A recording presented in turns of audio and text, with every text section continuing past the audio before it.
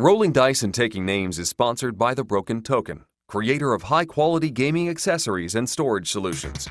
Visit them online at thebrokentoken.com.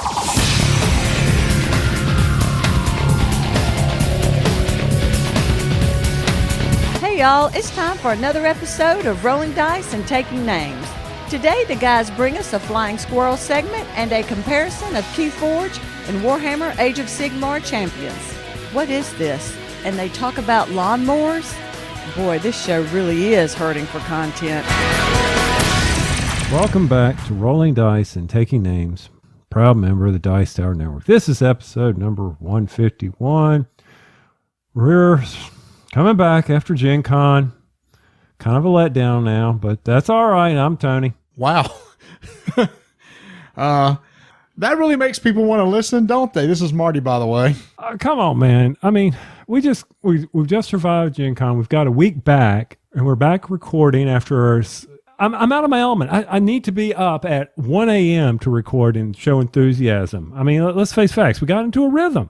And now we're back to our rut. Well, I can't argue with that. Yes. We do have a nice little rhythm each night sitting down and recording that episode. But now we're back into our home studios. We've got a lot of content that we want to cover over the next few months. So you should be excited. All the things that we got to experience and bring back from Gen Con, we now get to check out and play. We got all this stuff we need to cover. And I look at that and it's like, how am I going to get to it? Some people would not see that as a problem. I know, but and then some I people do would something embrace stupid. that. I know I shouldn't embrace it, but then I do something stupid. I can't believe I did it. What? I bought a game. What was I thinking? I was wondering what you were thinking. So we're going to be talking about the game Villainous later on. Yes, we are, because I was stupid. Tony's like, have you heard much about this game? I went, yeah, seems to be getting good reviews. He went, sweet, I'm going to go Target and pick it up. Here we are. We pick up some games from Gen Con. We want to try them out. And you know how tight our schedule is as far as you and I being able to get together to play. And you go out and throw another game on top of the list. Well, what can I say? I'm stupid. All right. I wasn't thinking. It was 10% off. There was a Gen Con. Type in Gen Con code. And guess what? You get 10% off. I'm like, I cannot pass this up. Because at Gen Con, that booth was constantly packed. Ravensburg was constantly packed with the wonderful game. And I did. And then that enabler from Canada says, I like it. And I'm like, oh, you got to be kidding me. Talking about Nathan Fillion? No, the other enabler. Justin Bieber? Yeah, that one. Yeah, Rodney. Okay. Yeah, him. Yeah, I sent him. I was like, I watched your video, did a good video. Yeah, I like that game. I'm thinking about picking it up. Yeah, I think you should. Okay, fine. And then you did. I was, and then it immediately shot to the top of the list, and that's why we're going to be talking about it later on in the episode. Well, it was so hot there. But then again, I mean, between you dropping, hey, look, there's a booster box on sale at eBay and it's 10% off and free shipping.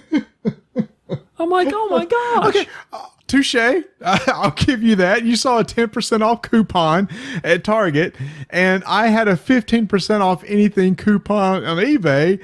And I went, hey, Tony, here's a booster box. It's like how much was it? Age of Sigmar champions. It was like in the low 70s. It seemed like it'd be a pretty good deal. Plus 15% off and free shipping. Oh, by the way, it came in the mail today.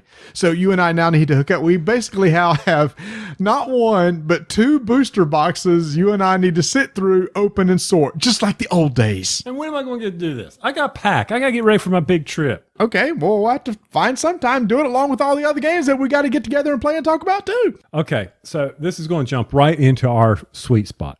Now, the first thing when I walk into my house, when you and I get back from Gen Con, which our flight was not delayed, and we had a good flight coming in, except we sat on the tarmac for 30 minutes. It was almost too good. We got in like 30 minutes early, and we were like, sweet. Nice. Except we just sat on the runway for 30 minutes waiting for a gate to open up. Yeah.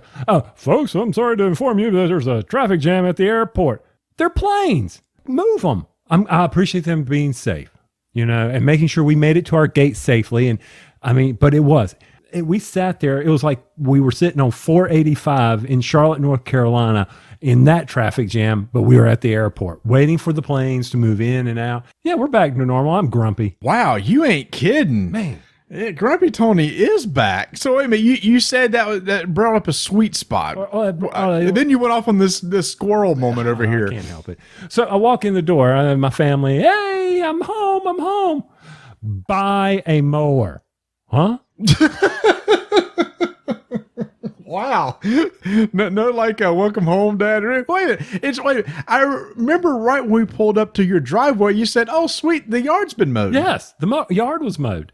They went out and pushed our yard, and you finally saw the house, so you know that you only saw a third of the yard. And they pushed the mower, and my daughter and wife both said, "You are buying a mower, or we will never help you mow again." And I went, okay. It's a good exercise. Yeah, good exercise. Yeah, it's just 2.5 hours of mowing.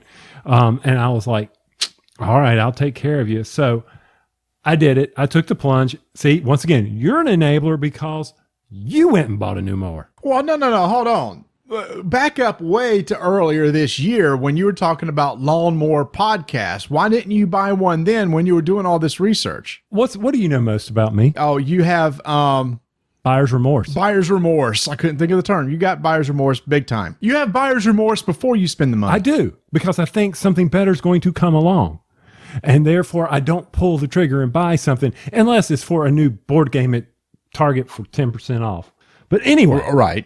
But so then you go out and you buy a new mower. Well, I really had no choice because several weeks ago, I pulled my mower out, ready to mow the yard, cranked it up, and this 14-year-old mower started moving along kind of slowly. It's like clunk, clunk, clunk, clunk, tunk, and then just stopped. And I thought, that can't be good. So I got off and went around. I thought maybe something had hung up underneath the blades. I checked below the deck, nothing there. Opened up the oil. White smoke started coming out, and I went, that's never good. Opened up the air filter container, white smoke coming out of there. That's never good. So I immediately, while I'm standing there, call a local small engine repair shop, which is right near me. I tell them the symptoms, and they went, white smoke? That's never good. So I went, gee, thanks. So I had to have somebody come pick it up because I didn't have a truck big enough to haul this thing. And then come to find out there's a backlog. It took them like a week before they could even diagnose the problem. Called me back and they said, yeah, you basically, a block was split right down the middle. Well, great. So what's my options to repair it? Well, you can buy a new block for $1,200. Okay. Or you can buy a brand new engine for $1,500.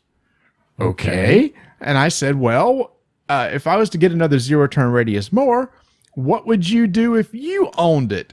And he said, if this was my mower, and he said, you've had it for 14 years and over 200 hours on it, which is about the point where they start breaking down.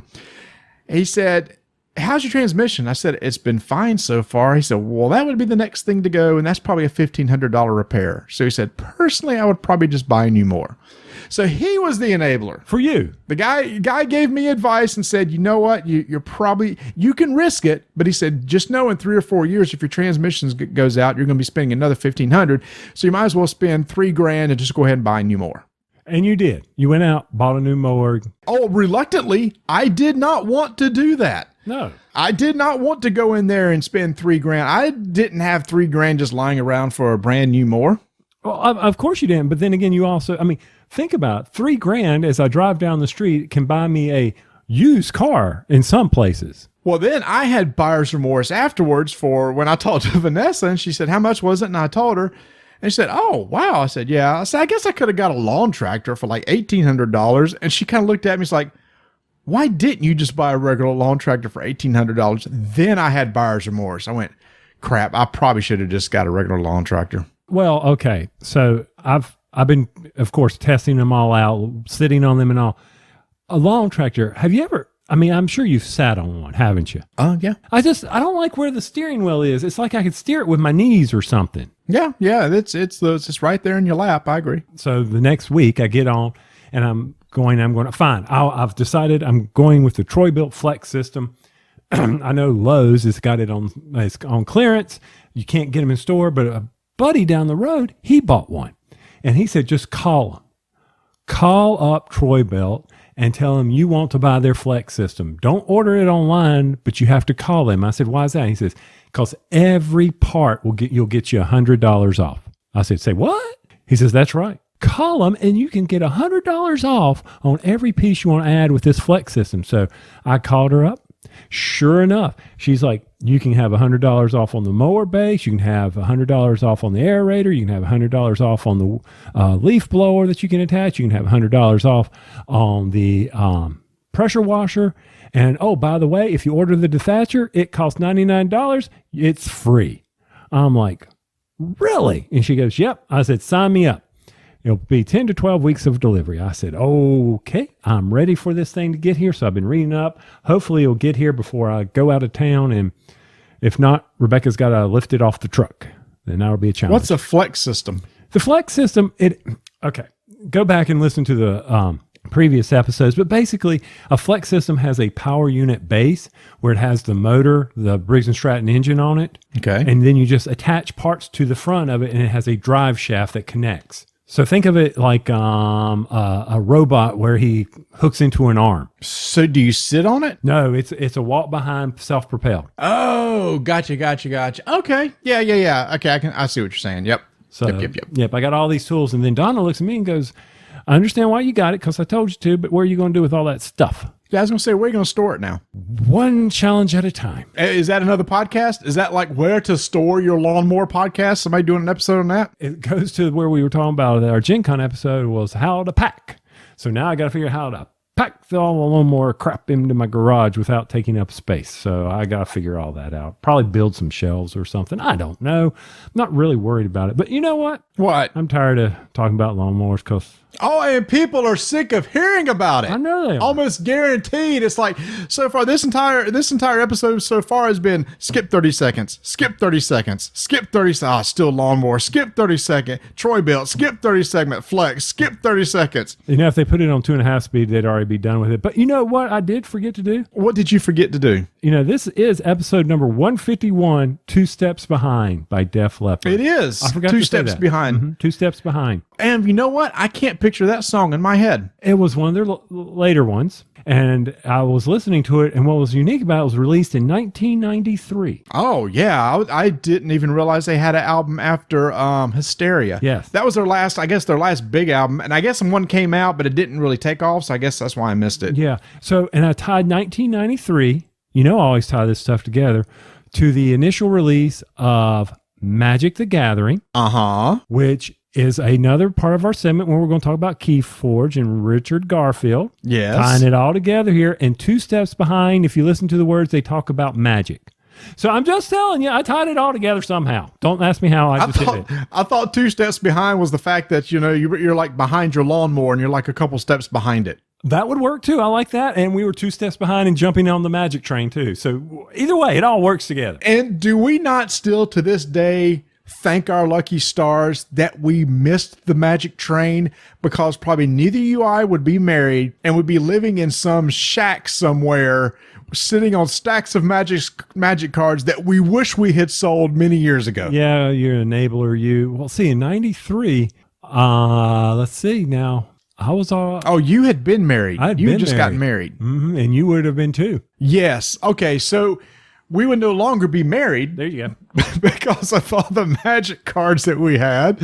Oh yeah, that would have been bad, because it would have sucked us in, and it would have sucked us in hard. I still don't know how we missed it. Baseball cards. Was there not a big magic community around here? No, there wasn't. Maybe that's it, because it would have seemed that in the ball card shops that we frequented a lot, that they would have had a box of those sitting somewhere, because it would have fit perfect in there as like a collectible item.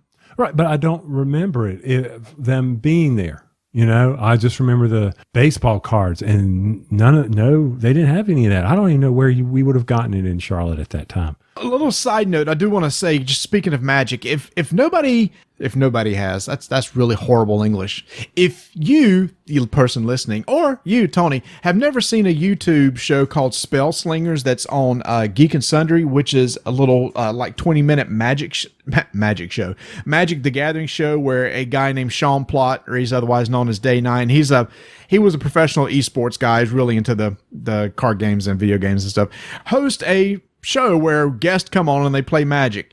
It sounds super boring, but it is one of the most entertaining shows on gaming that I've ever seen, because number one, the host is very endearing. It's edited extremely well. It's not one of those things that sometimes when you watch, people play board games, they talk about the game, and if you don't know anything about the game, you're totally lost. They do a great job when they mention something, they'll put like a little lower third explaining what they're talking about and everything. It's just a really well done show, and they just had finished up their 4th season of Spell Slingers, and I highly, highly recommend going to watch it. It's a great show. Even if you don't like Magic, it's a fun show to watch. I think I've seen it maybe once or twice, but once again, since I'm really not into the Magic, I understand what you're saying. It's something good to watch. But I just can't bring myself to it. I still got to get through my DVR of Blue Bloods. Yeah, can we? Oh my Lord! There's some good shows to watch. Like there's one where Felicia Day's on, Alec Tudyk's on. Grant, is it Imanara from MythBusters? Oh yeah. I know who you're talking about. What's cool is when you have actual people who play a lot of Magic on there. He was one of the early seasons, but that was very entertaining. It's just. Such a good show, and there's only 6 episodes per season. They just wrapped it up. So anyway, talking about Magic made me think of that. Now it does, after I finish watching one of those episodes, it kind of makes me want to go play. In fact, I want to kind of go get a Commander deck, till I went out to Miniature Market today and saw that the new Commander decks first are all sold out except for red, and they're $40 a piece. And unfortunately, that was all lost on me about Commander decks and all that. You've got a game to play. No. It was to play with Travis and Adam. We were just talking about, hey, it'd be fun just to sit around and play a game of Magic with just each of us. I wouldn't collect or anything. A Commander deck is a type of Magic where you have 100 cards and all of them are totally different. Okay. But it's just a style of game that's popular, but they say it's very fun multiplayer. So each of us were thinking about, let's go buy a Commander deck and just play each other. But when I saw it was $40, and the fact that it's sold out, and it just came out. That's what's interesting too. It just was released and it's already sold out at Miniature Market. And I think you're going to be talking about this whole phenomenon in our upcoming Flying Squirrels, about what's leading what in sales and things like that. Or at least I hope you are, because I'm looking at my show notes. And it says that you're going to talk about this in the Flying Squirrel segment. Yeah, yes, I will. And with what I just said, you would think, collectible card games must be doing well. But we'll just wait and see what the numbers say. Well, I'm tired of waiting. Can we get to the Flying Squirrels? We hadn't done one of these in a while, have we? No, I don't even know how to do them anymore. What do we do? Let me go read the rules real quick, and we'll be right back with the Flying Squirrels. It's time for Flying Squirrels, 2-minute discussions on topics that have our attention. For now. Now here's something we hope you'll really like. It's time for another Flying Squirrels, where Tony and I talk about any subject or topic that we want to for just 2 minutes. And after we're done, you're going to hear this sound indicating it's time to go to the next topic. And Tony, are you ready to begin? Yes, now that I know the rules and how long I have to talk, and it can be on anything, well, that helps me out in getting my notes prepared, because, Lord, if it had been game-related, I'd have been screwed. I hope 2 minutes isn't on lawnmowers, because I think we've pretty much already exhausted that subject. Hold on, wait. Scratch. Okay, I'm ready. Great. Now you have one less Flying Squirrel to talk about. Yeah, I guess you're going to have more than me, so how about you go first, and I'll pancake in the middle. That's fair. Talking about the topic that we just mentioned about Magic, it was just released on ICV2 that hobby games topped 1.5 billion in sales in 2017. And was that with a B, Marty? Was that a B as in billion? Billion, which is an 8% growth over the previous year. So board games are really doing well. But what I want to do is break down the individual sections underneath board games. For example, we talked about Magic. It sold out when I talked about the Commander series, but yet the collectible games category shrank 3%, which I thought was interesting. So is Magic starting to lose a little bit? Mm-hmm. Maybe it's at Pokemon, Yu-Gi-Oh! Just thought that was interesting. Now, what I thought was really interesting and makes sense is non-collectible miniatures had the fastest growth rate of any subgenre within the hobby, up 32%. And Tony, you probably know what that's attributed to, don't you? Could it be something like Sigmar or Games Workshop or any of those big? Here's the top 5 from the spring. Warhammer 40K, D&D miniature Marvelous Minis, War Machine, Star Wars Legion, Age of Sigmar. 2 of those are Games Workshop, who are just busting it. Star Wars Legion just came out, so there's a resurgence in miniature games. And the other big genre, Tony, what do you think has the next highest growth? This is a gimme. Is it board games? Nope. Dang. Well, what is it? Think about our good buddy Joe that we had on last episode. Oh, Joe. It wouldn't be RPGs, would it? It would be. Even though it's the smallest category, it was up 22% from the previous year. D&D, RPGs are killing it. So are miniatures, but the collectible has shrunk a little bit. So to me, I just thought it was interesting. Overall, there's some growth, but there's not growth in every individual genre. Well, that's interesting, Marty, that you bring that to my attention, that RPGs and collectibles are up. Because on my way to the grocery store, I was driving through Belmont, North Carolina, and I'm just, I'm like, oh, okay, here we go. I took a different route because traffic was pretty bad. I know on a Saturday in Belmont, you wouldn't think it would be that bad, but it was horrible. So I made a left turn to cut through some back way and through the main street of Belmont, where it's got a cute bunch of small little stores. Got an antique store over there. It's got a very nice barbecue restaurant. Good barbecue at that place. But all of a sudden I'm driving along and I see this, sandwich bulletin board out on the sidewalk. And it says Doc's Basement Comics. I said, whoa, let's stop. Whoa, let's stop over here in the parallel parking and back this car up. I go in there and I'm talking to Doc. And Doc is like, hey, welcome to Doc's. Doc's in the house. Ha, ha, ha, ha. I got it, buddy. I understand. I didn't know you'd been here. How long have you been in business? Oh, less than a year. I'm like, wow, I'm looking around his store. He's got comic books. I'm like, this is bad. This is real bad. Did you make a pull list? I did not make a pull list, which is why I'm on this topic on flying squirrels. What should be on my pull list? Now, keep in mind. Great question. I want to hear this too. Yeah, so I'm asking everyone who's listening, a member of our guild, whatever, tweet, Instagram, whatever. I would love to know what my pull list is. Now, I would love to put Spider-Man on there, but it has been so long since I read Spider-Man. So I don't know if he should be on my pull list. I'm a Marvel kind of guy, but is there some decent storylines? Who's the big artist? Who's the big writers? I don't know. I am clueless, but I do know I like to support my local businesses, and Doc has a store. Now, poor Doc, he had never heard about board games. I went, what? And he was like, yeah, we don't get that in here. I'm like, that may change here in the future at Doc's Comics in the Basement. Yeah, I want to hear about this too. You can also just email us at rolldicetakenames@gmail.com. Let us know what comics Tony and I should be reading, because I may get in on this too. Right before we got to Gen Con, it was announced, rather surprisingly, that Christian Peterson departs as CEO of Asmodee North. Now, Tony, you probably know Christian Peterson started Fantasy Flight Games, right? Yes. I'm actually in the clue there. I know that. Yeah, a designer of, Twilight Imperium. Yes. And, Game of Thrones, some of the most popular games that basically started that company, and then he's been with them ever since. So the guy's only like 45, 46 years old and is now retiring. Now, there was no reason, speculation abound. It's like, there was a problem. He was asked to leave. The new company who bought Asmodee didn't want him in there, blah, blah, blah. We don't know, but the fact is he's stepping down. And it's kind of, I didn't get emotional or anything, but it was kind of a sad thing, Tony, because I things probably like this don't bother you, but like on a show that you've been watching for a long time, say True Bloods, when it finally ends, do you have that point of like, oh, I'm kind of sad it's over?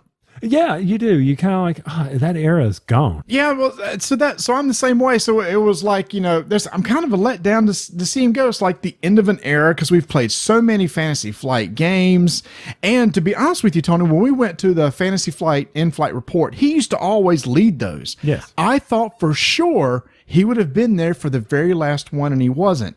Now, maybe he decided he didn't want to because maybe didn't want to make it a big deal. He probably maybe said, I don't want to make this about myself, because if he would have come out, more likely he would have got a standing ovation. So anyway, I don't know the reasons behind it. It's kind of sad to see him go.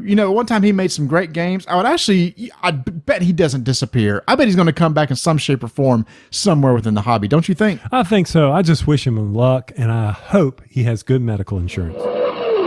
With Christian leaving, I would like to raise a glass to him and toast the man and say, good luck, farewell.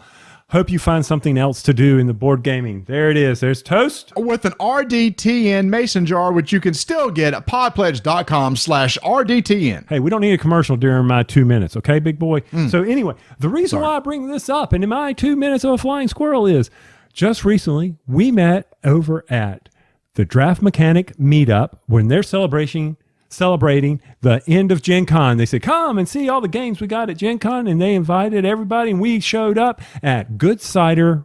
What was it? Good Cider? Was it Good Cider? Good Road Cider Works. That's it. Good Road Cider Works. As you know, Marty, I was raised on that side of town. That's where I grew up. There was a service merchandise over there. Wow, service merchandise. Hold on, I'm having a serious flashback to filling out little forms with a pencil and taking them to the front and having my product come down a conveyor belt. Wasn't that just the best?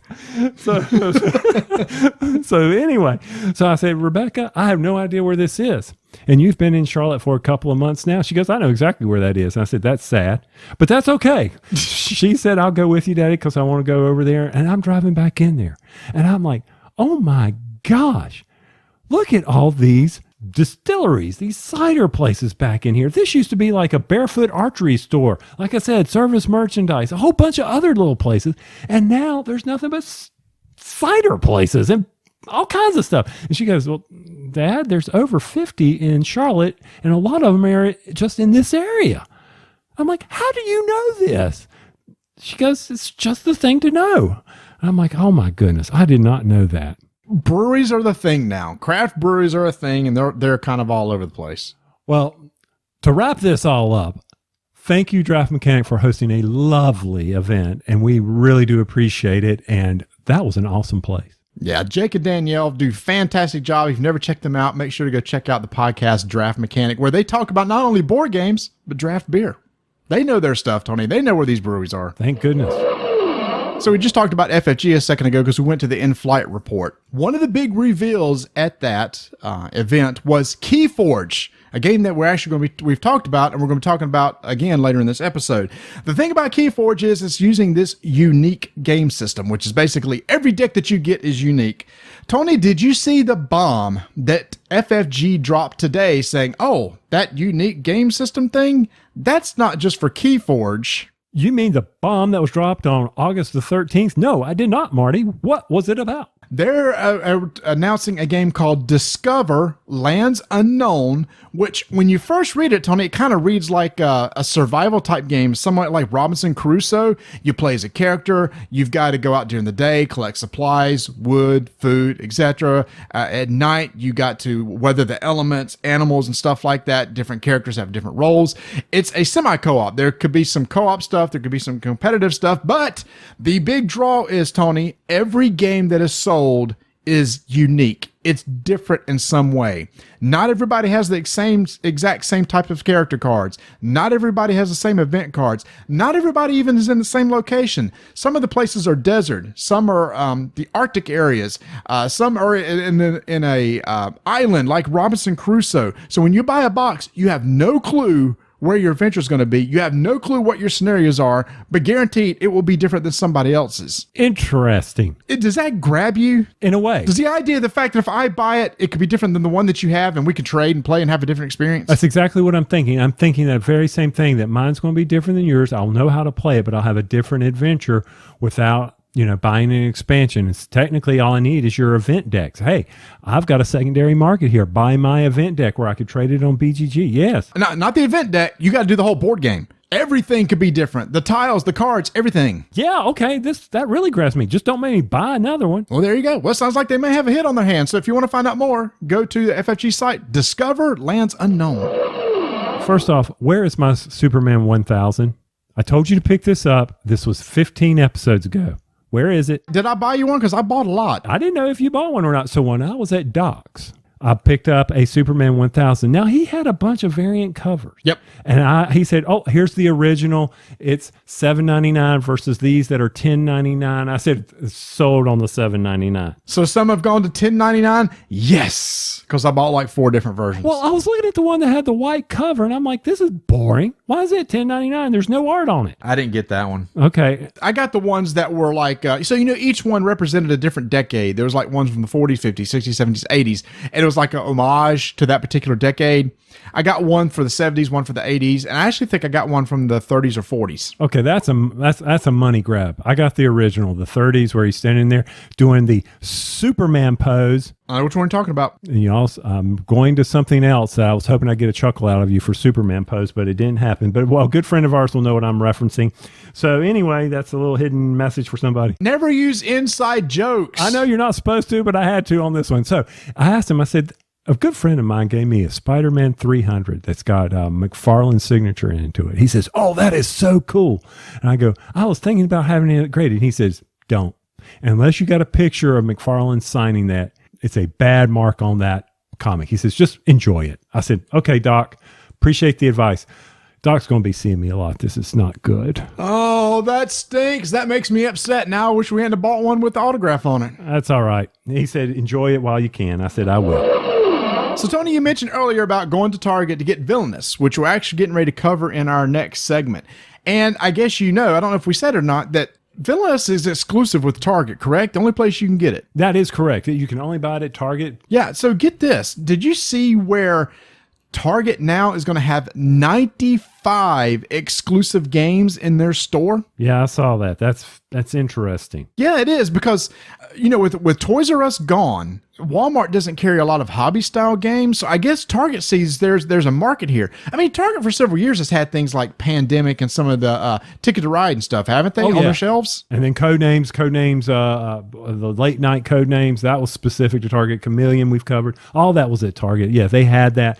So I find this very interesting that they would even dip their little toe in this realm. Well, again, it must be worth something, because to get exclusive rights, I mean, you've played one already. You played a Ticket to Ride New York. That's a Target exclusive. Right. We saw Ryan Lockett at Gen Con from Red Raven Games. Megaland is a Target exclusive. Yes, and my Red Raven t-shirt fits very well. Thank you, Ryan. And this is also cool, too. Remember we got that breakfast cereal game? Yes. That I still haven't seen. But I saw you with it.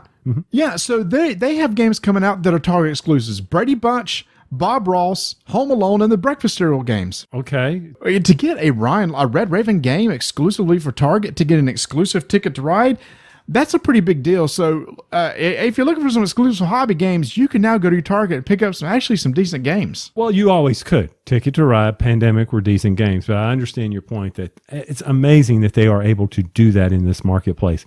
You no longer have to go to the board game store. Well, you could also do it at Barnes & Noble, but now it's Target. Target's much easier to get into. Yeah, but Barnes & Noble didn't have exclusive stuff necessarily. True. Target does.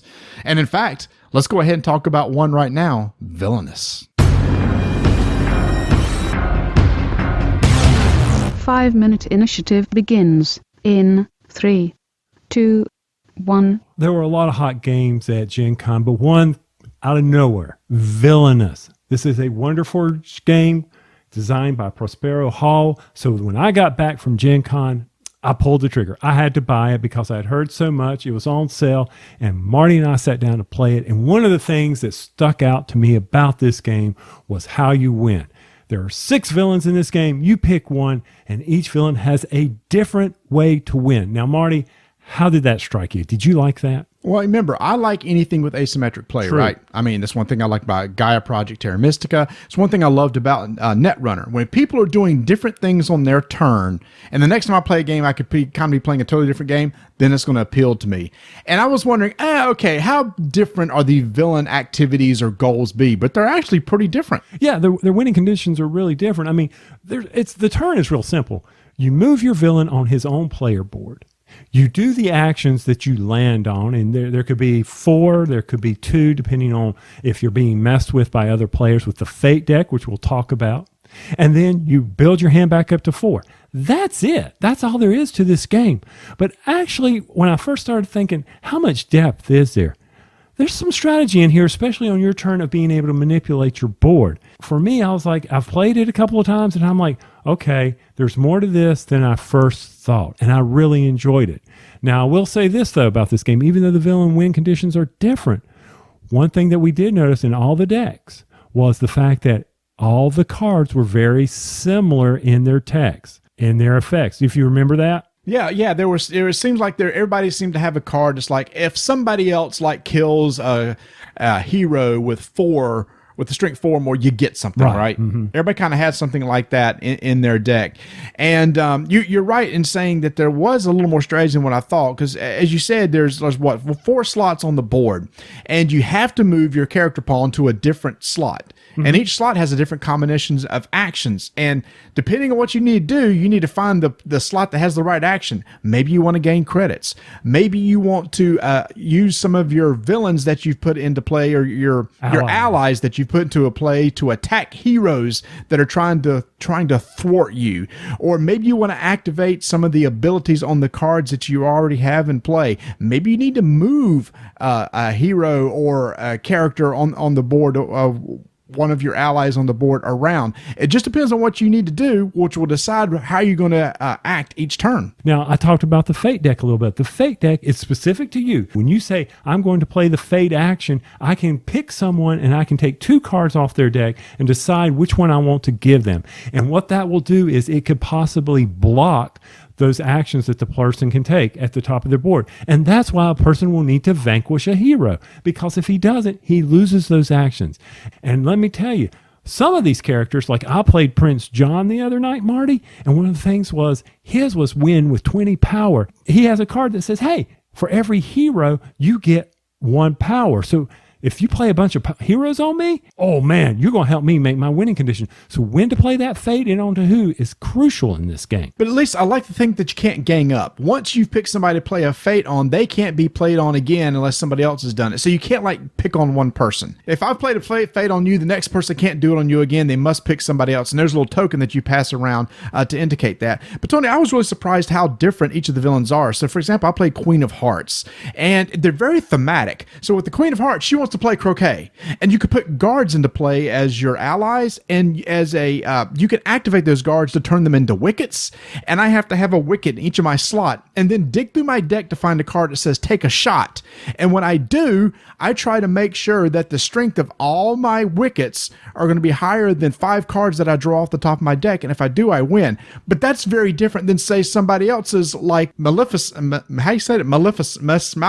Malice. Yes. What's her name? Snow White. Her winning condition was totally different than that. And that's to me what stuck out as about this game is really unique and cool. But there was a downside, Tony. And there was. And the Fate token only applies in the 5 and 6 player, and that's the downside, isn't it? 5 and 6 gets a little long, little too much staying power. I never want to play with 5 or 6 players again. The downtime is really tough, because when you're not playing, you're just watching everybody else. You can kind of plan out your turn and just sit there and wait for everybody else to take theirs. I think, Tony, 3 to 4 players is probably the perfect spot for this game. And I would agree with you, because that's what we played the other night with Donna and Rebecca. We were sitting there. Donna was Captain Hook, and Rebecca was Jafar. But I will say this, Marty.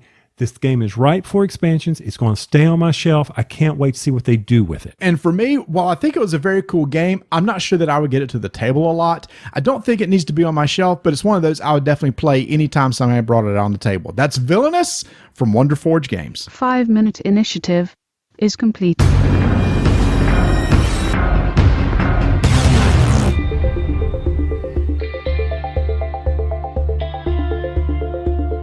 All those great games you've been hearing about coming out from Gen Con are now starting to show up at miniaturemarket.com at incredible prices. For example, if you want Detective from Portal, only $35, people. And you could take advantage of this feature that Tony shared with us in 150, where you can place orders, pay for them, but not have them shipped until you exceed like maybe $99 and get free shipping.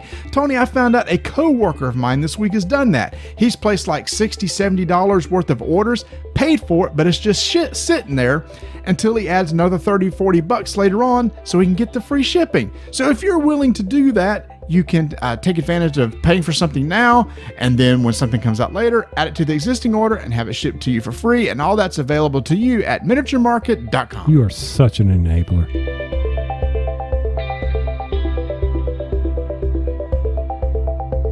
Every once in a while, Tony, you suggest a topic that we want to do that I just get excited and can't wait to talk about. And you did that. Lawnmowers. No. Oh, okay. Okay. I was pretty excited to talk about that. But when it came into the gaming space, when you suggested that we talk about Keyforge versus Age of Sigmar champions, I was like, oh yeah, I'm rubbing my hands together. Let's go. Let's compare these two distinctly different games, not only in gameplay, but in the business model themselves. And Tony, to me, they both have some positives and they both have some negatives. Oh yeah, I completely agree with you. I mean, I was just interested because it's like we keep, like your old mower. We try to play a game and it starts out okay, and then suddenly there's like a puff of white smoke, and it's like, The most recent puff of white smoke was Star Wars Destiny. Yeah. And I'm like, oh. Yeah, we busted a block on that one. Yeah, we did. But I'm like, even with one of these that we're going to talk about here, it's just like, I'm not feeling it. There's something. It's the engine. She's just not sounding good right now. So, but I agree with you. There's some positives and negatives on both. Let's start off because people know what we love. I mean, my God, we bought 2 boosters of it already. Yeah, we did. But and what do you mean by that? He means Age of Sigmar champion. So let's just, since you talk about boosters, let's just talk about one of the business models that you and I have been involved in for almost 18 years, the collectible card game, which is what Age of Sigmar is. And if you listen to our show in the past, Tony and I have said, that's it, I'm done with CCGs. Tony, when the LCGs came out, we were pretty much swore off CCGs for quite a long time because we thought, you know what, we'll spend less money with the LCG, and we've been pretty faithful to that, yes, to be honest. We have been very faithful, and I thought there wasn't going to be any other game that was going to bring me in to the TCG CCG model again. And I can stop an LCG at any time, or they can stop it for me, like they did recently for people playing Netrunner. And it's not like every LCG pulled us in, right? I mean, I got a starter box of L5R, tried it, thought it was okay. You didn't even try it, but it didn't really grab either one of us. And maybe, and with Netrunner going away, Ashes seems to be kind of, fading out and stuff, which you got kind of into in the beginning, but not heavily. So we really haven't had a standard card game for us to really get into. I've been trying to do Arkham Horror LCG, but one of the problems with games of that ilk, Tony, is when we're going to get together and play.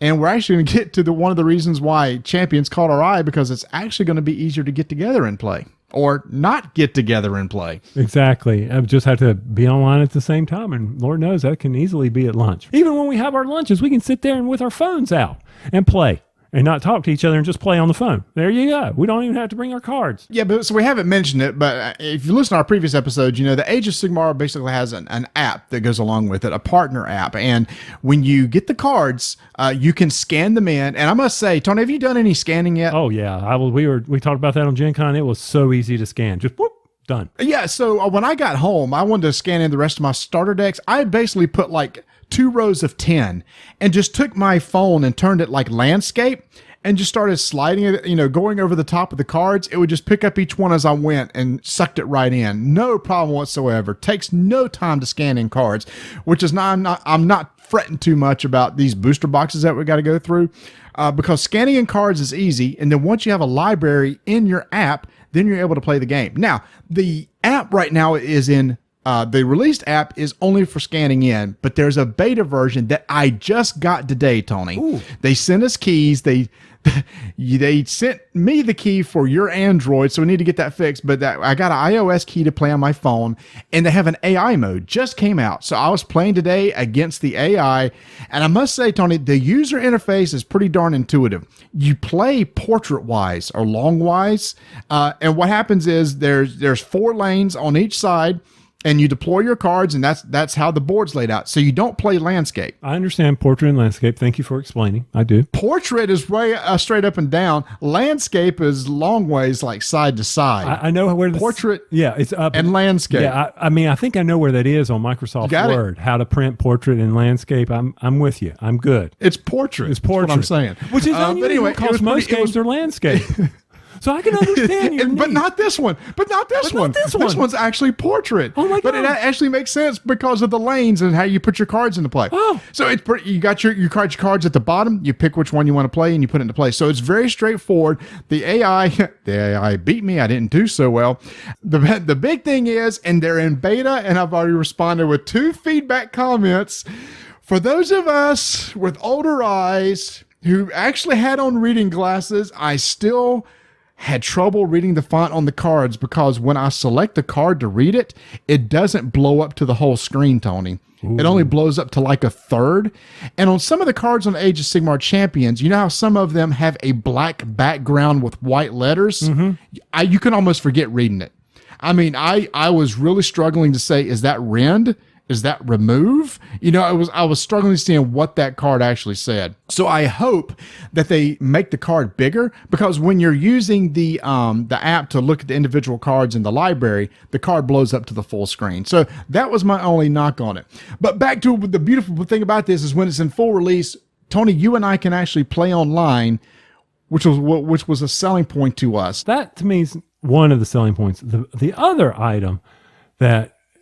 Okay, so how do you want to do this? You want to go? Do you want to do this count, point, and counterpoint? Like, first thing is that this is a CCG with an app that allows you to play online. Now, counter to that is probably the most unique thing about Keyforge is what? Is that every deck is different. There's no deck building. Yeah, I mean, that is your big compare and contrast. One, typical standard collectible card game. You can put as much money into as you want, build whatever deck you want. The appeal of Keyforge, well, it could be, depends on how you are as a player, right? This could be appeal to you or turn you off. Do you like to build your own decks? Keyforge may be a slight turnoff. Do you not want to have to deal with building decks and just give me a deck and play? Then Keyforge is right up your alley. Yes, Keyforge is right there. I mean, you can easily go into any shop, pick up a bunch of decks. For $40, you get 4 decks. Take them home, and you can sit there and play all till your heart's content. If that's what you want to do, you don't have to fiddle with them. And when you're done with them, hey, they're excellent fuel for starting a fire. Oh, geez. They're paper. I'm not saying go out and buy. Well, that could be any card game. Exactly. I'm not saying go out and buy cards and burn them.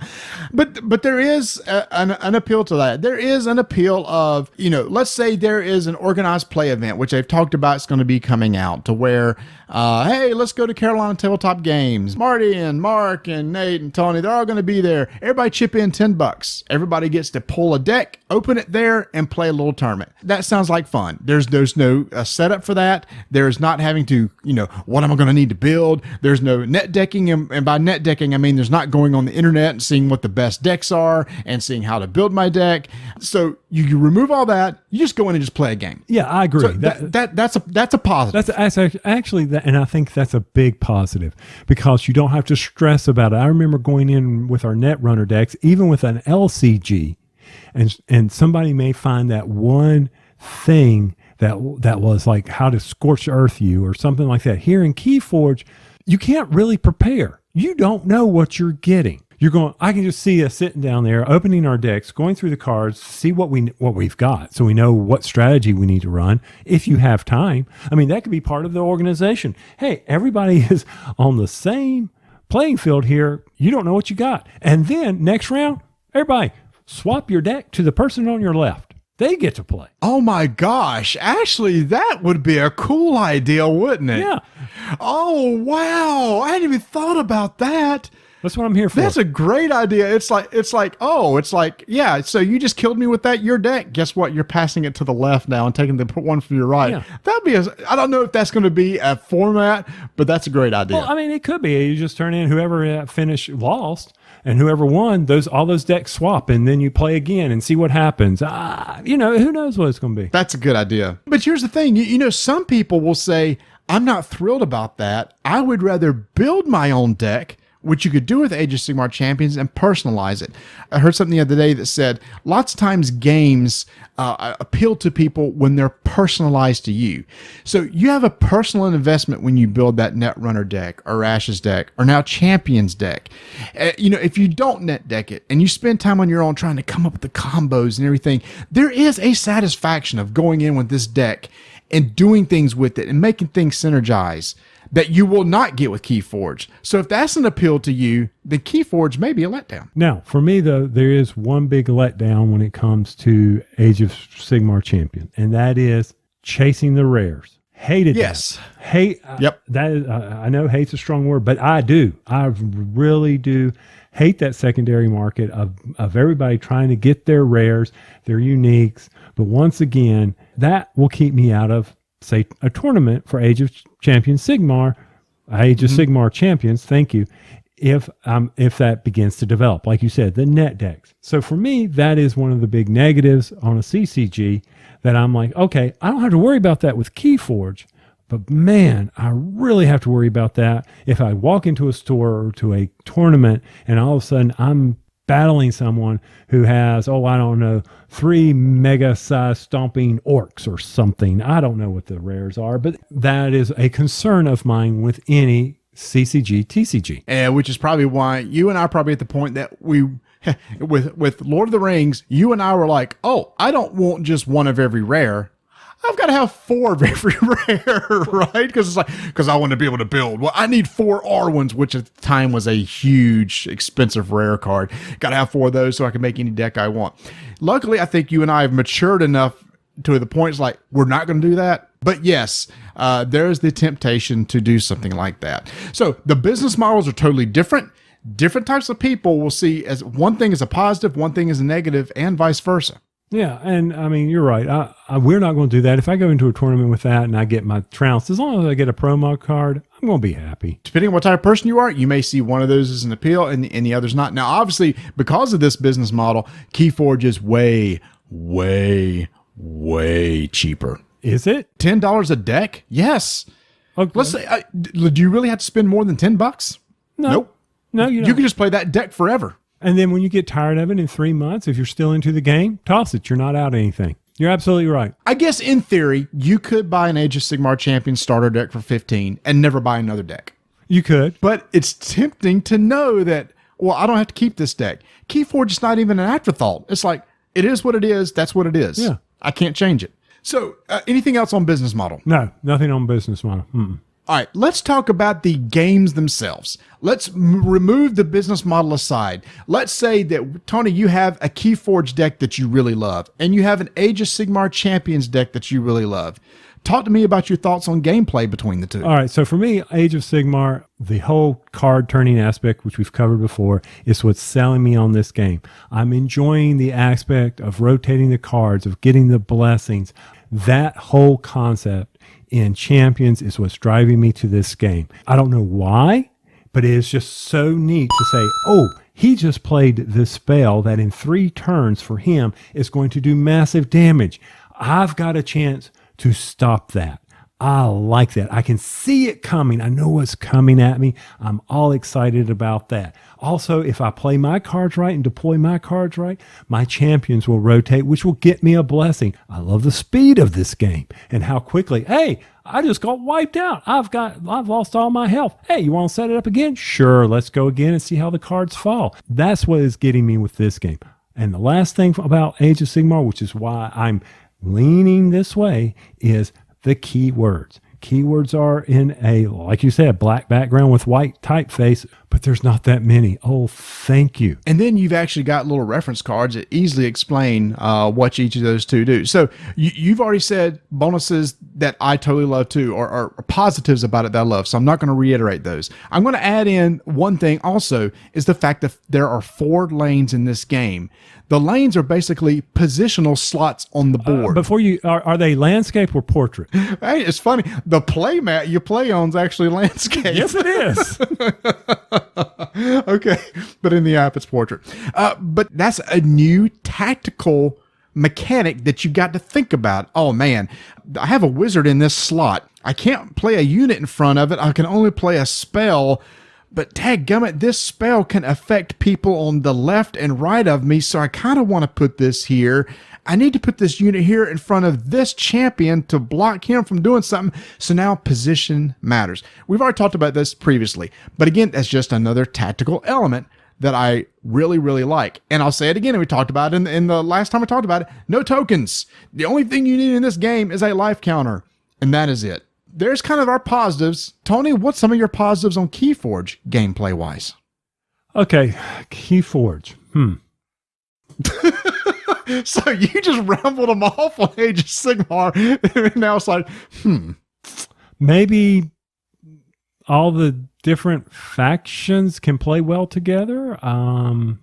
Okay, enough funny business around this. I do have a positive, and that is one of the aspects of Keyforge of having to be able to call the faction in order to use those. Which is probably the most unique mechanic that I saw kind of introduced in the game to me.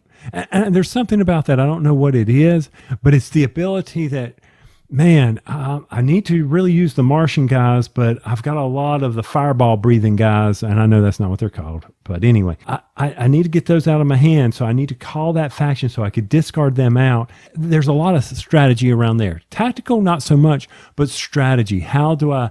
Because I got to make a hard decision because I can only do this with that entity that I've called. And that I do like. And that's probably about the biggest positive for me in this game. That's me too. And so what that means is when you call one of the three factions at the beginning of your turn, it gives you the option to either discard that type of card, play that type of card from your hand, or activate that type of card that's already on the board. And that's all you can do.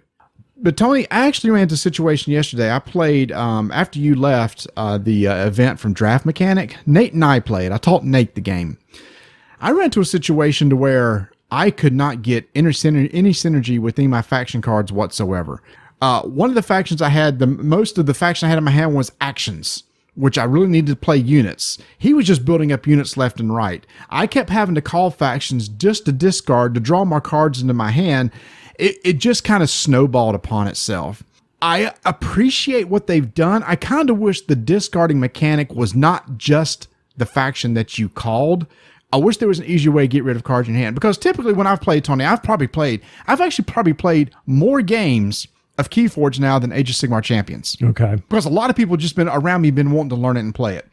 So I've been playing these two decks a lot. Number one deck is way better than the other. I'll tell you that right now. And that's another thing we'll talk about in a second. But one deck is way better than the other. There's a handicap system that I kind of question too. But anyway, when I'm playing the deck that stinks, man, I just cannot get it to work. I wish there was other ways to get cards out of my hand besides calling that faction. Because when I call a faction, it's typically because I want to play every card in my hand. Mm-hmm. It was rare that I was discarding a card of a certain faction in order to do something. So again, that's the most unique thing. Once the cards get on the table, then it's kind of very magic-ish to me. Hey, I'm going to have this guy fight that creature. I'm going to do X amount of damage. You do X amount of damage to me, and we can clear them out. I guess another unique mechanic is the winning condition, maybe. You're trying, the whole goal is collect 6 ember. Each ember can convert to a key. Try to get 3 keys. So it's not necessarily trying to kill the other persons or take down their health points like the Age of Sigmar is. Both of them do not have this resource row, mana row, whatever you want to call it.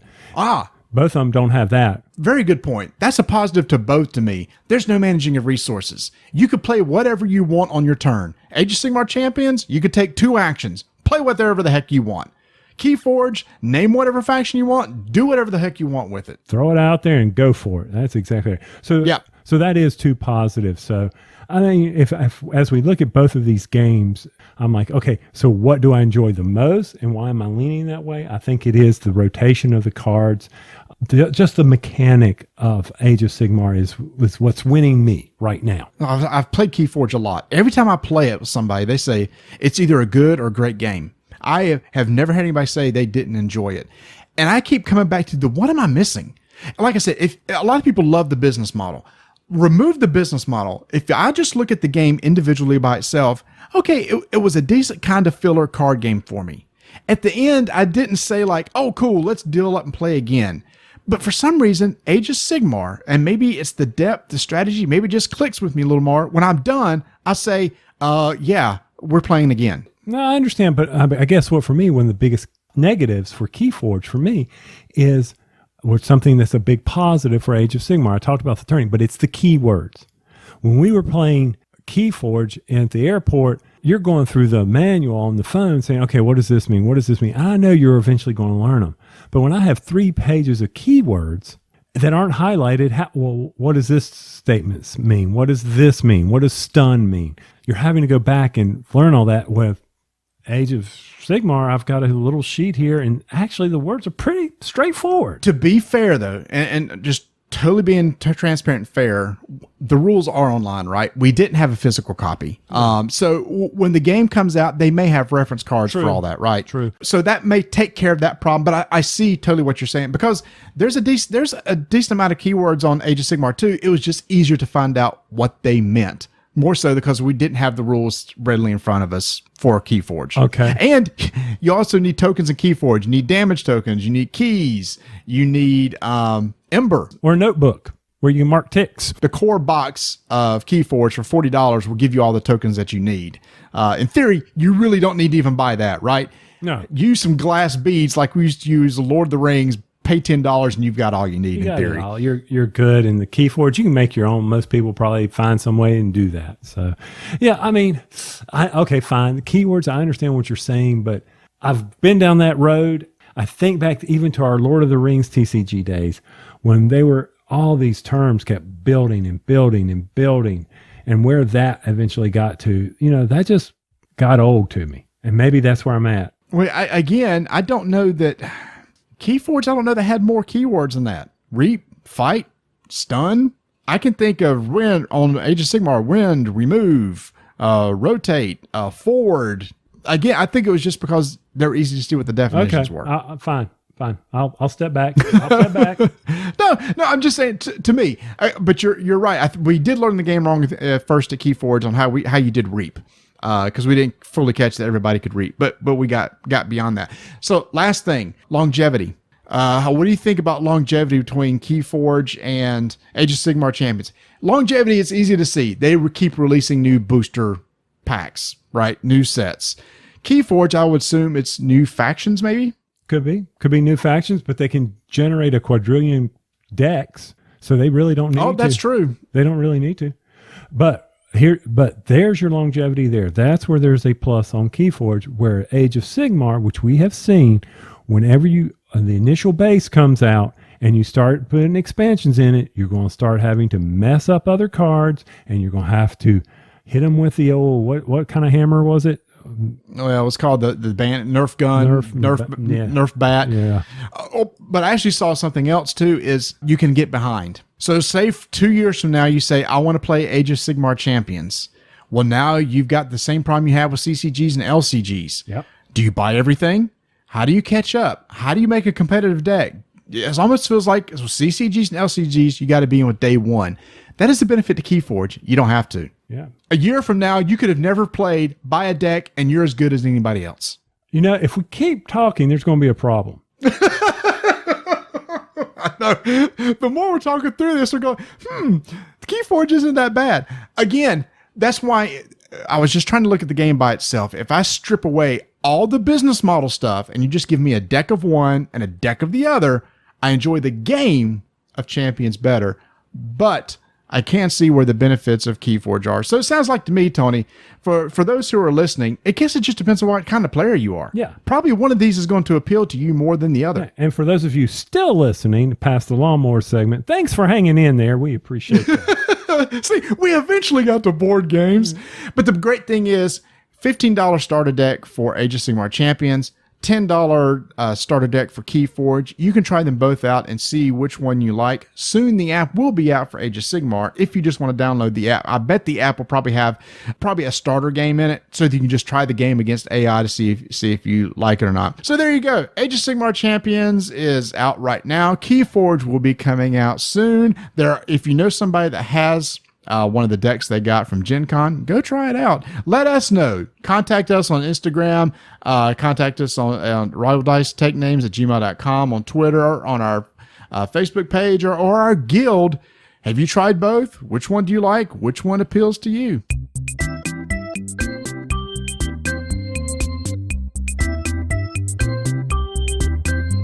before it goes out of stock, you might want to head over to miniaturemarket.com and get that Portal game, Detective. It was hot.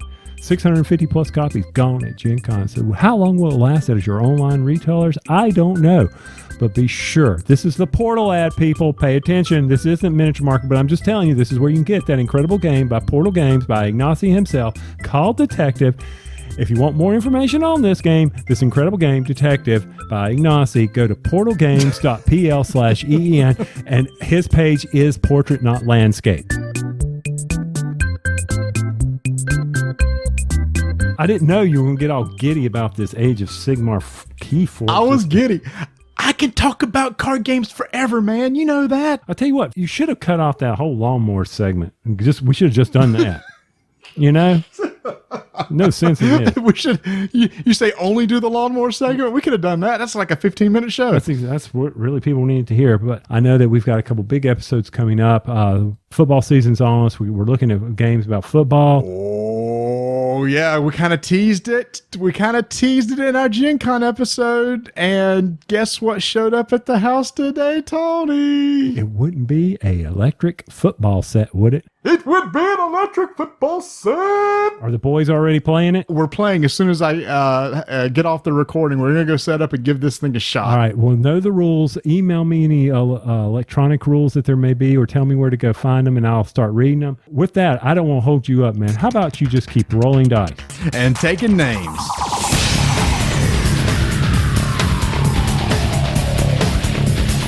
Thanks for listening. Please follow us on all the social medias at Dyson Names on Twitter, Dyson Names on Instagram, like us on Facebook, join our BGG Guild 1589, and if you want to support the show, you could do so at podpledge.com/RDTN. And now, it's time for Sounds of Our Youth. I'm so happy.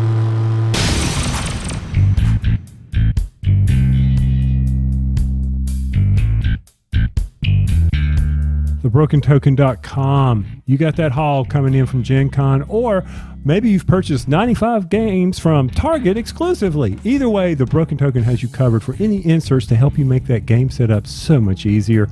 Or you want to protect that big costly investment of Blood Rage or Rising Sun, or even a Pandemic before that big 10th anniversary edition comes out. They've got that organizer for you. Be sure to check it out at TheBrokenToken.com.